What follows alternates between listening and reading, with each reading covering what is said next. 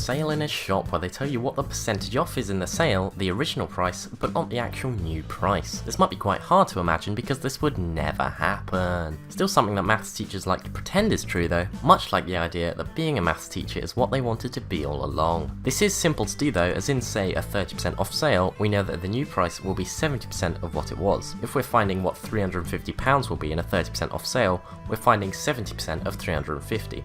Which will be 70 over 100 times 350, or 0.7 times 350, or 50% of 350 plus 10% of 350 twice, giving us an answer of £245. Sometimes though, you can have one of those days where you're clearly not in real life, where you know what the percentage off is in the sale, you know what the sale price is, so you say to all your friends who don't exist, hey, I'm gonna find the price that this was before the sale, because...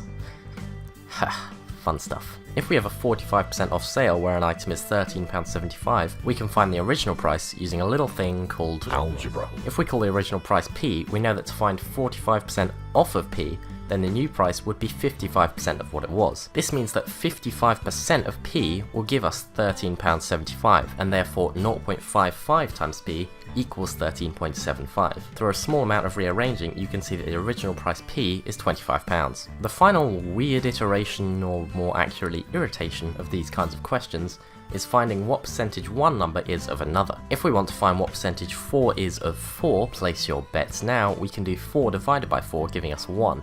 This one represents 100%. We know 2 is a half of 4 or 50%, so 2 divided by 4 gives us 0.5, which means 50%. Through the same logic we can use any two numbers and find, say, what 1379 is as a percentage of 2391. Doing 1379 over 2391 gives us 0.5767, which essentially means 57.67%. But have you ever had one of those days where you can buy the same product into different sales, and you need to find out which one's cheaper, and the sales assistant won't tell you their sale prices because they don't exist, and the entire shop exists on a flat white maths test, and the whole situation is actually a maths test?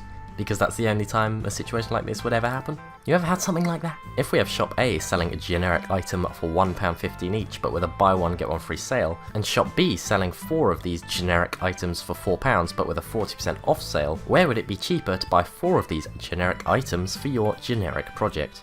And your generic wife says, you're spending too much generic time on the generic project and it won't get you generic anywhere.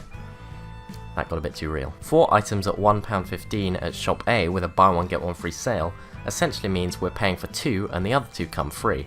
We can find the price for these doing £1.15 times 2, which gives us £2.30. At shop B, where they usually sell 4 generic items for £4, with 40% off, that means we're finding 60% of £4. 50% of £4 is £2 and 10% is 40p. That means 60% and the 40% off sale gives us £2.40 for 4. It's therefore cheaper to buy 4 of these items at shop A. The most difficult kind of percentage question you can get is most likely finding percentage interest over time. Your percentage interest over time is most likely decreasing rapidly the more I talk. These are questions like, old grandfather Cornelius Longnamius put $1.50 in a bank account for you 197 years ago at an interest rate of 2% per year.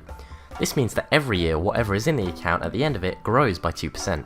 This does not mean that 2% of the original value is added on every year, as this would mean the amount grows linearly by the same amount every year, and would look like this. Whereas if we take whatever is in the account at the end of each year and grow that by 2%, it will be increasing at an increasing rate, and will look like this. Starting from early days, 1 year after Cornelius Oldmanius, your inheritance I demanding us, deposits $1.50 in the account, it will have grown by 2%. This gives us 1.02 times $1.50, giving us $1.53. The next year we can do 1.53 times 1.02, sure, or we can see that $1.53 is 1.02 times 1.5, so the amount at the end of year 2 is $1.50 times 1.02 times 1.02, or 1.5 times 1.02 squared. At the end of year 3 we're timesing by 1.02 again, giving us 1.5 times 1.02 squared times 1.02, or $1.50 times 1.02 to the power of 3. Assuming a capability of some basic thought, you can see that after 197 years, we'll have $1.50 times 1.02 to the power of 197. A similar kind of question is something like, there's 10 meters squared on a wall which is free of mold, but this area decreases by 8% every day as the mold grows. how much free area is there after 1 week? We can see that after 1 day the area that's free will decrease by 8% and will therefore be 92% of what it was. So after 1 day the free area will be 10 times 0.92. After 2 days, it will be 10 times 0.92 times 0.92 again, and therefore after 7 days, the free area on the wall will be 10 times 0.92 to the power of 7. This gives us an answer of 5.58 meters squared. These are the most complicated kinds of percentage questions you can get on really any GCSE paper, and that is all I had to say.